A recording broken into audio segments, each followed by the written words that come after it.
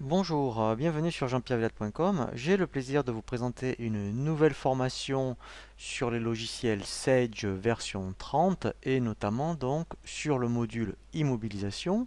L'objectif de cette formation est de bien vous apprendre à créer votre fichier comptable, à bien rentrer vos immobilisations pour bien générer vos amortissements, également pour tout ce qui concerne le crédit bail. Nous verrons toutes les éditions correspondantes ensuite au calcul des amortissements, voire des états d'immobilisation. Et nous terminerons cette formation par le transfert sur Sage Comptabilité, puisque l'objectif d'utiliser Sage Immobilisation, c'est que ça vous permet de générer donc tous les amortissements, toutes les écritures de dotation, pour que en fin d'année, vous n'ayez plus à saisir dans un journal d'opérations diverses toutes ces, soit les écritures de dotation, soit les écritures de cession quand vous vendez vos immobilisations.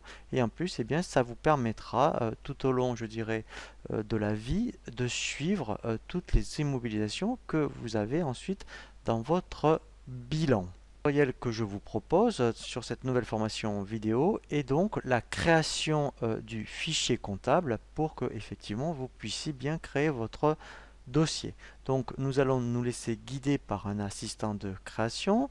Nous allons dans le menu fichier, on fait nouveau, voilà.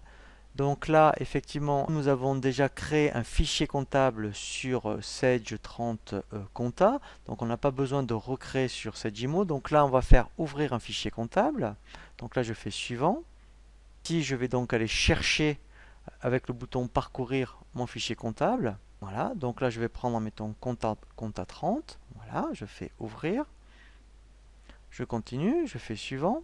Voilà, donc là, il détecte toutes les informations que j'avais dans le fichier comptable. Je fais suivant. Voilà. Et cliquez ici sur le bouton parcourir pour nommer un fichier comptable, mais avec une extension .imo, puisqu'il sera propre donc aux immobilisations. Donc là, ici, alors je vais l'appeler IMO 30. Voilà, je vais l'appeler 2016. Alors là, très important, comme sur le fichier comptable, il faut absolument augmenter la capacité. Donc, je mets au minimum 2000. Alors, vous verrez, on verra un tutoriel sur tout ce qui est maintenance, où après, on peut l'augmenter à tout moment. Donc là, je fais enregistrer. Voilà.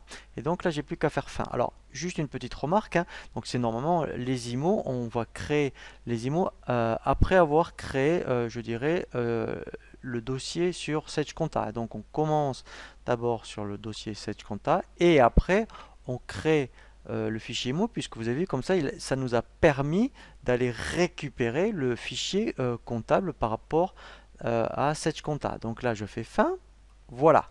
Donc là, en fait, après, on revient sur l'identification de la société. Donc là, comme il a récupéré le fichier comptable, toutes les informations sont déjà pré-renseignées.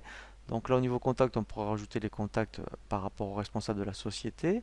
Et là, par rapport ici, on n'a rien à indiquer. Alors, on verra ici, par contre, voyez ce qui est intéressant, c'est qu'il a lié lui-même le fichier comptable, puisqu'en fait, on est allé le récupérer. Donc, on verra que lorsqu'après, on fait la génération des écritures, automatiquement, il ira bien les importer directement dans Sage Compta. Voilà, donc là, quand on a une identification des sociétés, donc là, on va voir après un tutoriel vraiment de façon très complète sur les paramètres société.